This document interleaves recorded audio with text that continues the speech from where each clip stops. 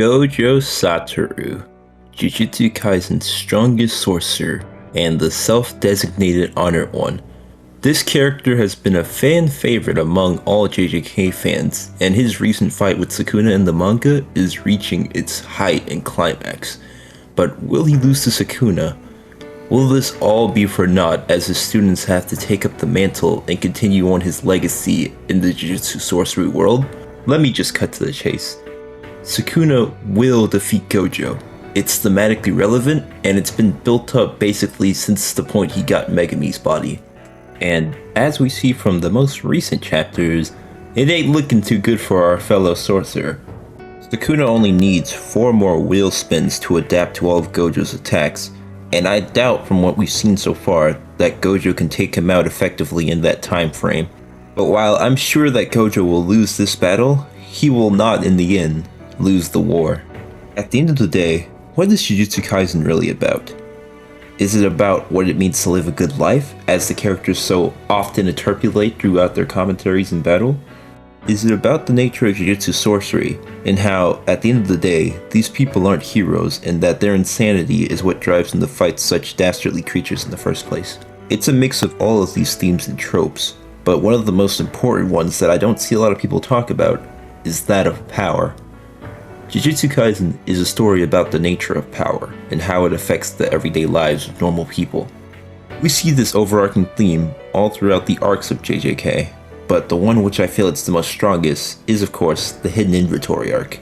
If this arc does anything, it set up the character of Gojo and his importance in the world of Jujutsu Kaisen very well. We see his arrogant, devil-may-care attitude on full display in this arc at the beginning. Gojo's reluctance to not view anyone who's not as strong as him as beneath him, his constant belittlement and patronizing of characters like Urahime, it showcases off how Gojo doesn't view others as equals to him. He's the strongest, and when you're the strongest, you have the power to basically do whatever you want. In a way, that is what true freedom is in his eyes, and that true freedom is the only way in which you should be able to live your life. Now, if you're paying attention to any similarities and thematic undertones, you should have realized that this philosophy, this way of thinking, it mimics another key character in the series, that being Ryomen Sukuna. Sukuna is a character that is a hedonist by nature. He lives only for himself and views anyone who can't match his strength as beneath him. As such, he's able to justify his cruel and malignant behavior by stating that it is simply a natural flow of life, that the way the world works, only the strong can survive. And this Darwinist way of thinking that the weak should be subservient to the strong, it is the exact antithesis to the Jujutsu sorcery world, and the perfect realm of thinking for the curses that inhabit it. The curses are the supernatural beings born from the negative desires and emotions of humanity, and as such, they are instinctually designed to harbor hatred for humans. As a result, the more intelligent curses, like the disaster ones, seek to justify this instinct by stating that humans are inferior to curses, not only because they're weaker, but because they created them. And this realm of thinking is perfect befitting the king of curses, who himself may harbor an instinctual desire to harm humans as well, comparing the very nature of his being as that of a fox hunting a rabbit. But there's something about this philosophy, this way of thinking, that Sukuna missed, but Gojo had the fortune of understanding. And that very simple thing is that there will always be someone stronger.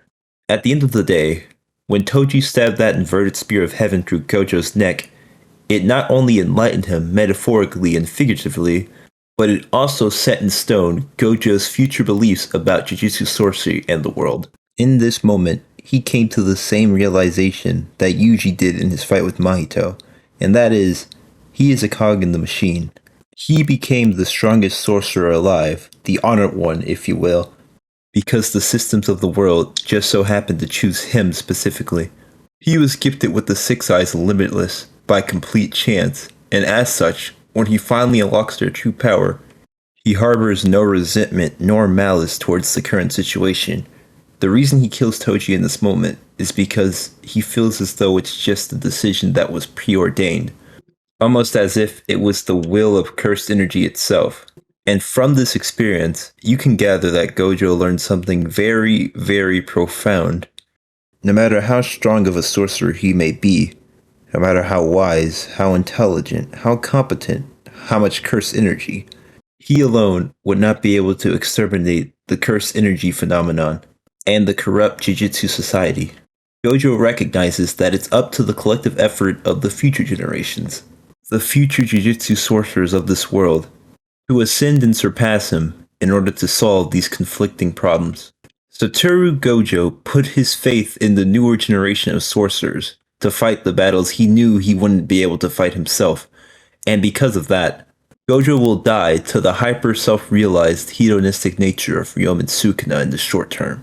But in the long run, Gojo's ideology will live on in his students and survive the test of time, not only because he's correct, but also because his words of wisdom are limitless.